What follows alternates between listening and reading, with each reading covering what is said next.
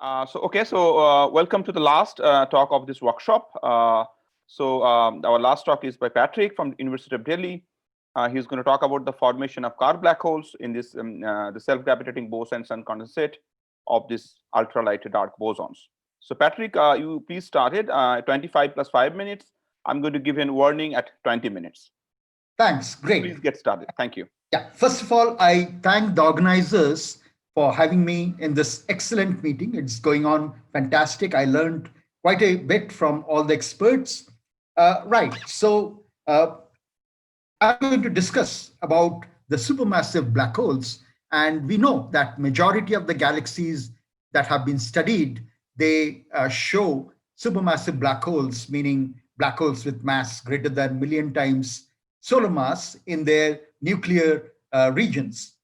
And in particular, the active galactic nuclei like bright quasars, which have been observed at redshifts greater than 6, they seem to be having supermassive black holes more than 1 billion times solar mass. And the light that started from these quasars, they started when the universe was only about 1 billion years old. The question therefore is, how did these behemoth of supermassive black holes created at such early epochs? And in particular, the recently discovered ultraluminous quasar J0100 plus 280 at redshift of 6.3 has a mass of 12 billion solar mass. So these are the puzzles which we need to understand. And there's a picture where you can see at the top rightmost corner, the ultraluminous quasar J0100 plus 2802, and it has a mass over 10 to the power 10 solar mass. There are, of course, several scenarios for the formation of these supermassive black holes, which are based on the remnants from population-free stars, starting from Carbon and Arnett paper, who talked about various possibilities of remnants from the population-free stars. And over several years, these models have been worked out. For example, the direct collapse model, where the matter spherically collapse into to form supermassive black holes. But then the problems in this are how to get rid of the angular momentum, because a tiny rotation, when it collapses, the angular velocity will go up, and therefore the gaseous collapsing matter would go into a disk. And this is a problem as to how to dispose of the angular momentum. While the other idea, particularly due to Begelman, Voluntary, and Martin Rees, is to invoke bar instability, in which when you form disk which is rotating, the bar inside the bar instability mode, they transport outward the angular momentum, and they invoke the hot star that forms to collapse by emitting neutrinos and result into formation of supermassive black holes. But here again, you would require metal-free gas and suppression of formation of H2 molecules. There are other scenarios in which we have been, in this meeting itself, we have seen where self-gravitating pseudo-scalars like AXION stars, which was talked about by Tachev in this meeting, and the work dates back to COP 1968, followed up by Raffini and Bonazzola 1969, and the Russian astrophysicists and cosmologists who have carried through. So naturally, one would like to ask that could self-gravitating Bose-Einstein condensates of such ultralight axion-like particles, could they lead to formation of black holes? One of the likely paths could be that you have these halos around galaxies, and a fraction of the halo matter constituted by this light ALPs, if they undergo Bose-Einstein condensation, then their gravitational collapse would lead to the formation of supermassive black holes. And we had explored this possibility. This is with a student, Eklavya Thareja, who is currently a graduate student at the University of Washington, USA. And we studied the dynamical evolution of such a self-gravitating Bose-Einstein condensate using the Gross-Pitowsky equation. And today, in the around noon, we heard Shankhu Chakraborty talking about the quantum field theory aspects of such condensate, and they too see an instability when they consider gravitational interaction. Now, our work, where we did not consider rotation, we showed that if under certain conditions, we indeed get Schwarzschild black holes, and a general relation that follows is mass of the ALPs multiplied by the mass of the supermassive black hole is greater than 0.64 times square of the Planck mass, which translates as, if you wish to produce supermassive black holes of the order of 10 to the 10 solar mass, then the axion-like particles must have mass greater than 10 to the power minus 21 times 8.5, or essentially greater than 10 to the power minus 20 electron volt. So therefore, the other question we could tackle is that, could we invoke the similar mechanism to generate Kerr black holes, particularly various authors starting from Hoyle, Peebles, and it was also tackled by Sikivi, that is, by tidal talking, you could impart angular momentum to the halos, and so you could have the halos, if there is another compact object, compact galaxy, then its differential gravitational force, when there is a motion between the two objects, they can impart angular momentum by tidal talking. And so therefore, in the beginning of the structure formation, one could have undergone such tidal talking of the halo material,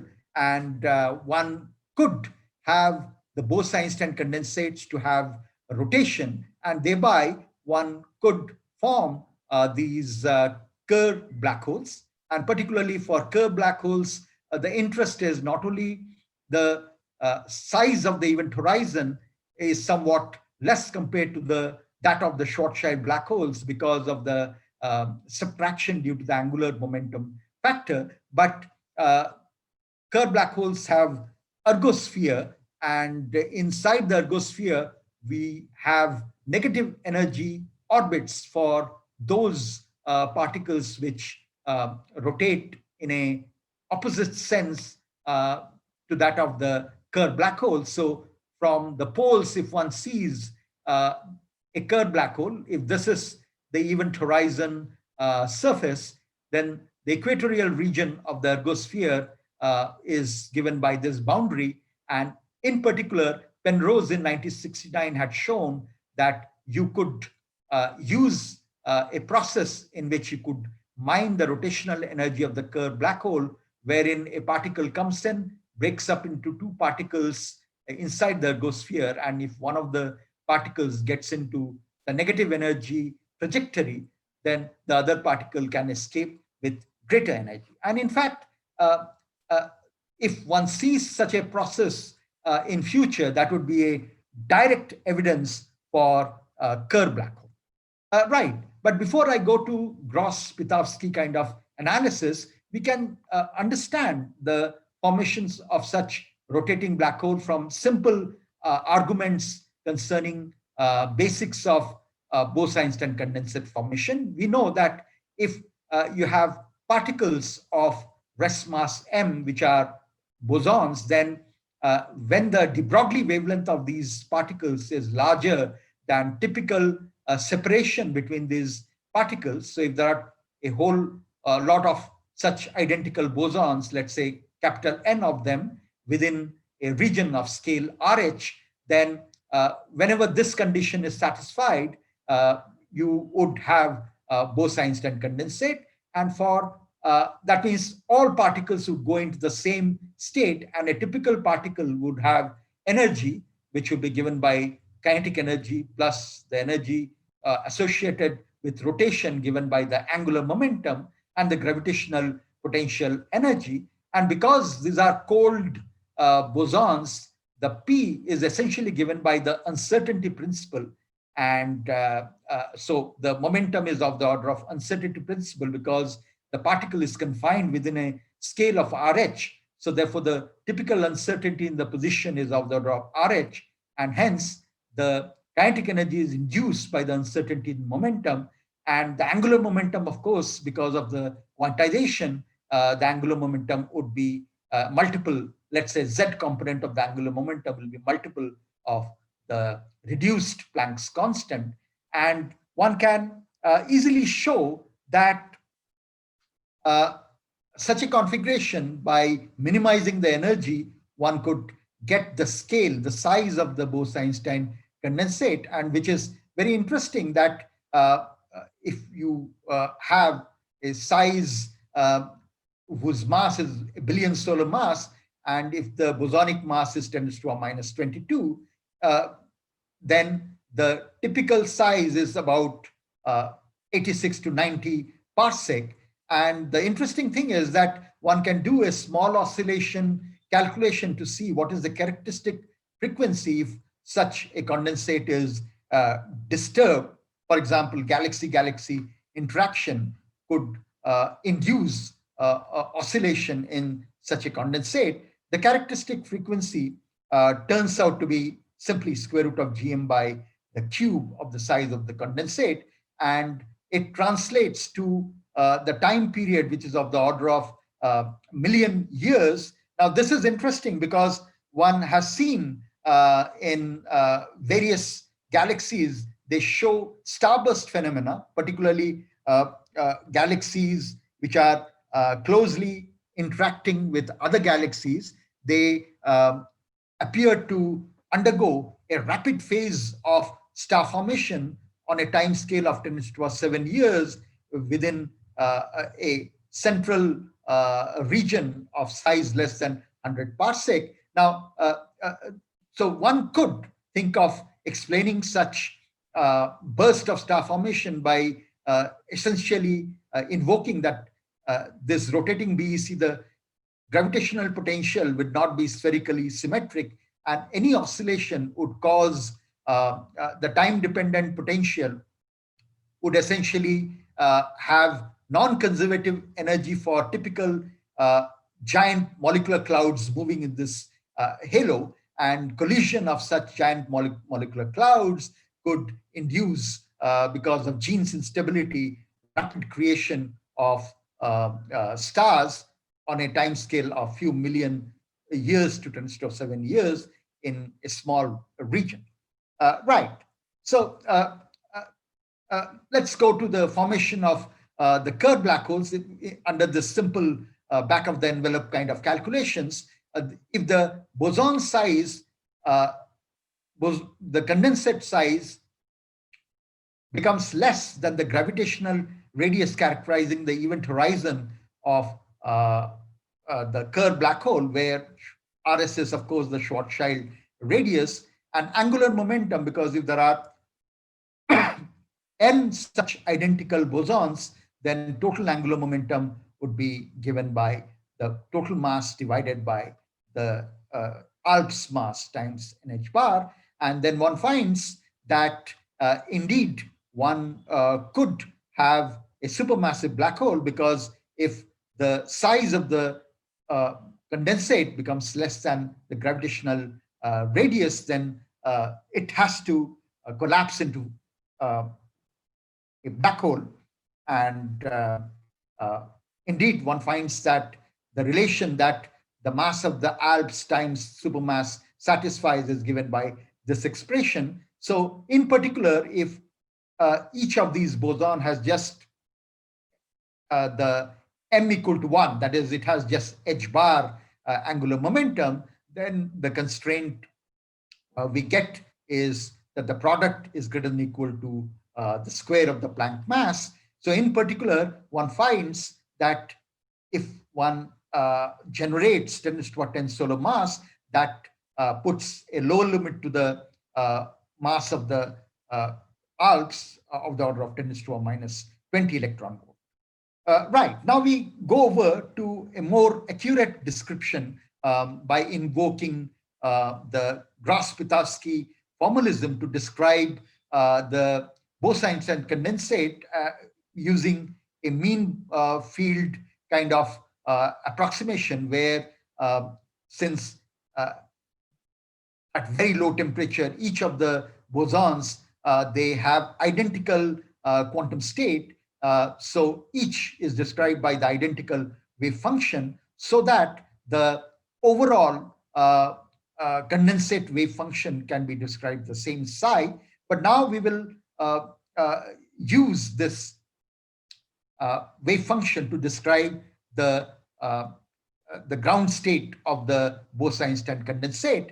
And in particular, it was shown by Fukuyama, Morikawa, as well as Das and Bhaduri, that if the boson's mass is less than 1 electron volt, then the critical temperature for Bose-Einstein condensation is always more than the temperature of the universe. And therefore, such particles, it is conducive for them to undergo Bose condensation because the critical temperature is always larger than the temperature of the universe. This follows from simple calculation of finding out the thermal de Broglie wavelength of these bosons and comparing with the separation between the two bosons. Right. So in the framework of Gross-Pitowsky equation, we study the dynamical evolution of the wave function describing the Bose-Einstein condensate, and where the external potential is given by a remnant, the gravitational potential due to the remnant at the core. It could arise out of population 3 star, but there is also the self-interaction term. Because of the self-interaction, there is a nonlinearity that comes into play in this Gross-Pitowsky equation, which sometimes is also referred to as nonlinear Schrodinger equation. And the self-interaction could be due to contact interaction between the bosons, but we will not be interested in it. We'll set this A, or the contact interaction between our ALPS-like ALPS particles to 0. We will be more interested in the interaction between two such ALPS-like particles through standard Newtonian gravitational potential, and we will study their evolution. In particular, one can show that 5 minutes more. All right. Thank you. In particular, one can show that one can derive the Gross-Pitowsky equation from such a Lagrangian density, and we will, as I mentioned, we will use the external potential coming due to a remnant, which could be just 100 solar mass or so, and the interparticle gravitation is given by minus gm squared by r, where m is the mass, the axionic particles. Since I'm running out of time, I will just go to the results. The way we have solved it, we have got an approximate but analytical solution by using time-dependent variational method, which essentially what it does is it guesses a trial wave function of this kind.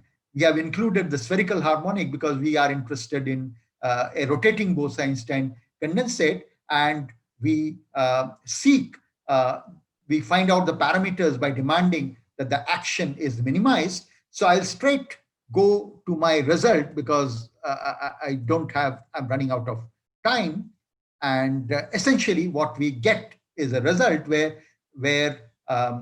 if the wave packet as it evolves, if the wave packet changes its size because it cannot become too small as uncertainty principle pushes it up. It cannot become very large because the self-gravity is attracting. So when the size, the minimum size becomes less than the gravitational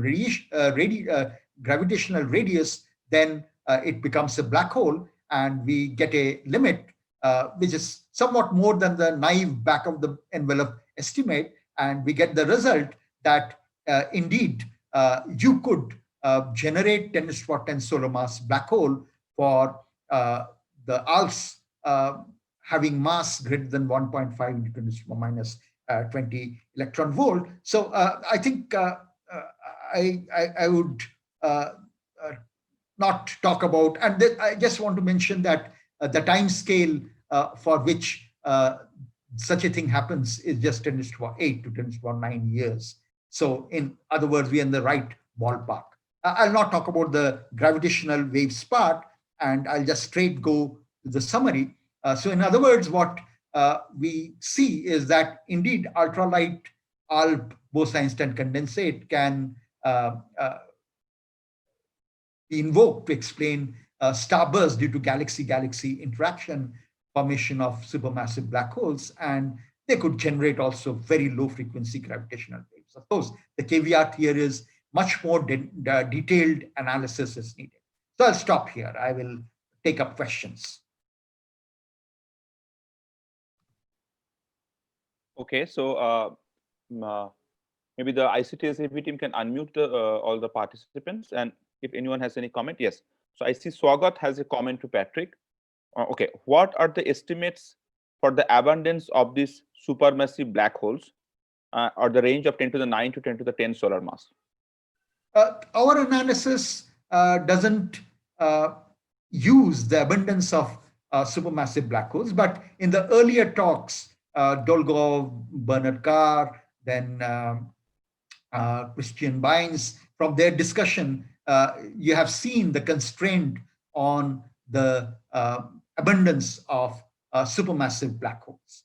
So we don't, in this work, we don't try to find out what would be the fraction of such dark CDM halos from which you could have Bose-Einstein condensation. Because he says that because we must not overproduce. That's his comment. Well, overproduction will not be there because ultimately we are talking about the supermassive black holes formed inside the galactic halo. So they would be limited by the number of galactic halos. And after all, we see that most galaxies that have been studied, in particular the nuclear regions have been looked at, they have supermassive black holes. So in our model, the number of supermassive black holes is limited to the number of such galactic halos. Okay. So then Devorshi Shandillo has a question. He wants a clarification. Should a BEC state necessarily consider L equal to 0 state, which corresponds to the ground state solution? That's his question. Well, L equal to 0 would mean that there is no rotation of the BEC. But because we were, in our later work, we were interested in producing Kerr black holes, so we considered the L equal to 1 state. One could easily extend this to other higher values of L. L equal to 0 state was our early work, which I published with Eklavya Thareja in the Classical Quantum Gravity Journal. So in today's presentation, I only talked about L not equal to 0 case. Have I answered the question, or I misunderstood the question? Yeah. So yeah. So Devorshi, if you like clarifications, you can unmute and just ask.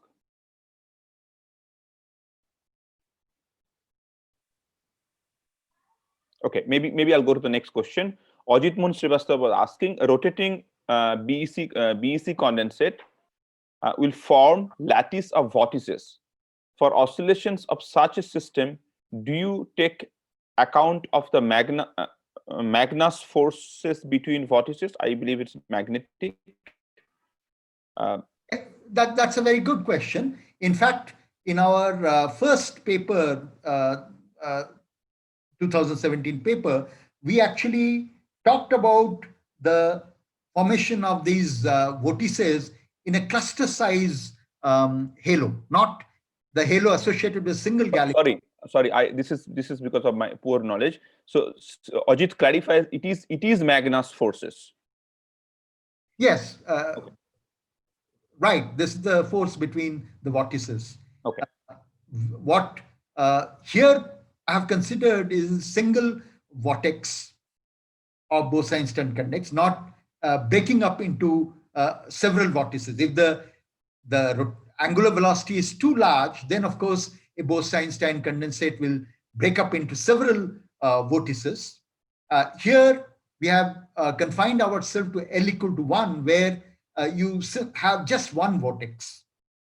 In the previous paper, the 2017 paper, when we had tried to explain certain aligned jets of radio sources, there we had considered a cluster size halo, and when a fraction of the halo matter undergoes Bose-Einstein condensation, it breaks up into several vortices, and each such vortex they give rise to a distinct supermassive black hole. But you're right that if the vortices are closely spaced, there'll be the Magnus forces. But we are talking here about scales. When we are talking about cluster size galaxy, we are talking about scales larger than 100 kiloparsec. Okay, so Ajit also thanks you. So I don't see any further comments in the questions. So with this, we close this academic session. Also, this closes the academic part of the workshop.